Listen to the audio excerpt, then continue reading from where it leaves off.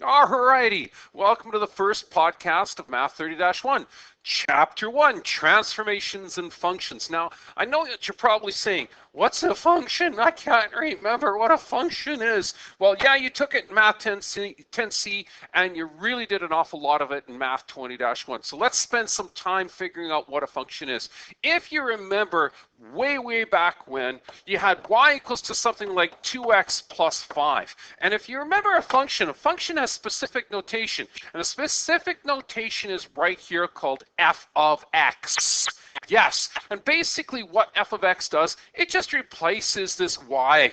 So all you got to do is put down f of x instead of y and write the same darn thing again. There you go. Now, what's the point of writing function? What's the point of writing f of x? Because if you remember way back when, f of x kind of mimics something called an input-output machine. Now, you're probably going, oh my gosh, what is that? Go back to Math 10C, check it out. It's right there in linear functions. Now, what it basically means is this. This x and this x always match. So if you input a value of something like f of 1, you'll get 2x plus 5. All you got to do is remember, wherever there was an x, you now replace it with 1. So this actually becomes 2 times 1 plus 5. 2 times 1 is 2 plus 5. And lo and behold, you got lucky 7. So you can say f of 1 gives you an output of 7. If you input 1 into this function, you get an output of 7. That's going all the way back to Math 10C. I know, best 5 courses of your life, right? Okay, so here we go. I'm going to clean that up for you. Let's go back to this now. So we're going to be looking at a lot of functions in Math 30-1. Lots and lots and lots. So what I want to do is I want to spend a little bit of time going through that right now and kind of reviewing functions for you. First function I want to look at is something called a linear function. Yes, it is a line. Now, the cool thing about a linear function is this. A linear function is a polynomial of degree 1. So that's our familiar little equation that we've seen 1,000 times in Math 10C. Y equals to mx plus b. And remember, m stands for the slope. B stands for something called the y-intercept. Okay, so looking over at my little graph that I have here, you'll notice the y-intercept is right here at 3, and then we can do something like this and go rise of 1, 2, run of 1, boom, there's my 5.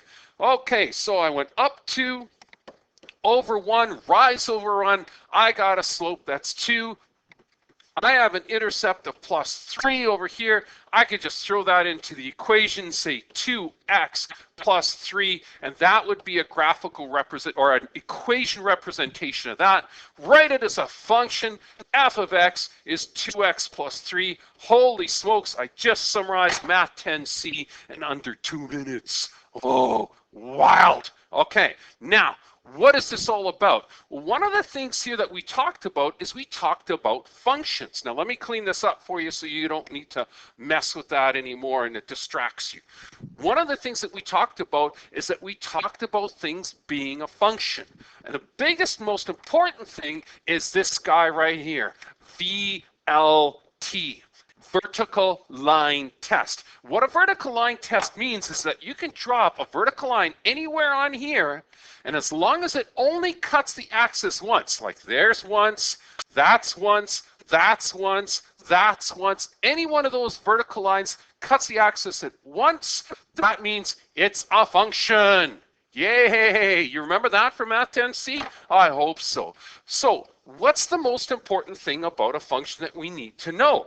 Well, one of the things that we need to know about a function is this, is for every x, there is only one y. Now, if you go back to Math 10C, you'll remember that there is an equation there that we talked about, and it was getting paid. So you're working at some wonderful little shop that pays you $15 an hour. You know, and I know, you start at 0 hours means $0, and you start making money from there.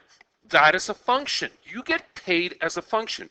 If you weren't paid as a function, look what happens. That means I can have another line going down this way. And what does that mean? Well, let's say at 3 hours at $15 an hour, you should get 45 bucks, right? But what happens if you're not paid as a function? Well, if you're not paid as a function, an employer can say, oh, I could pay you $45 or you owe me $45 for working for me. I don't think so.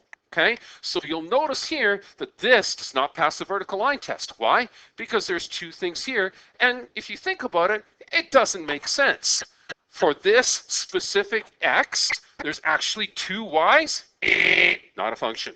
Okay, so there's a quick review about functions. Oh my God, yeah, we're just doing hot today, I tell you. Look at this. Now, the other thing that we have to remember is that, let's go back to linear functions.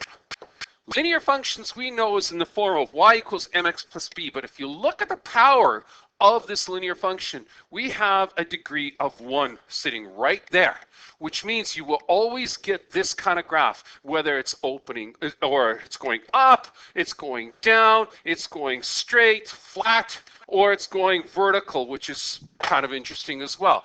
Any one of those lines represents a linear function. Now, here we go. Let's put a couple more things on there.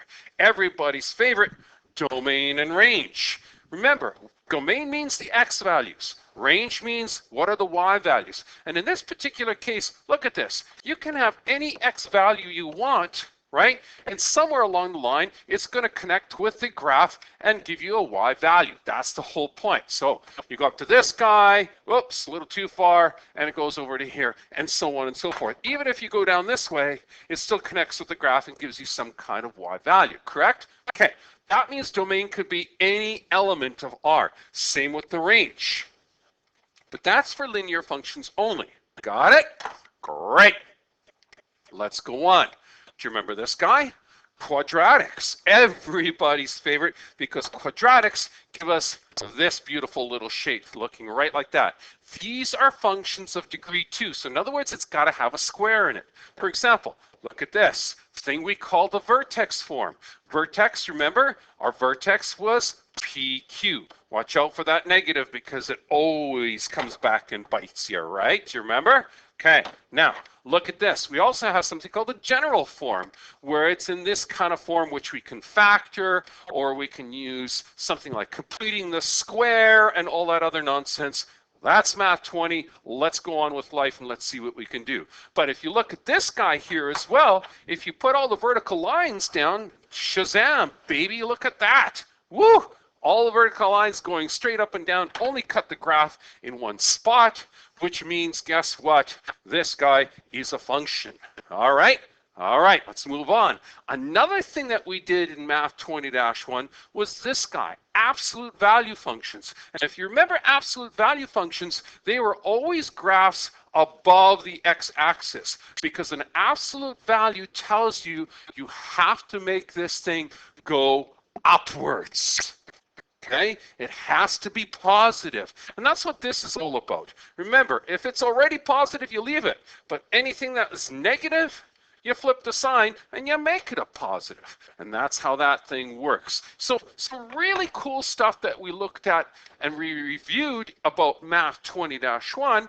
But we're going to continue on with the new stuff coming up in the next podcast for Math 30-1. So there's a little bit of a review for you. Let's go on right away. Woohoo!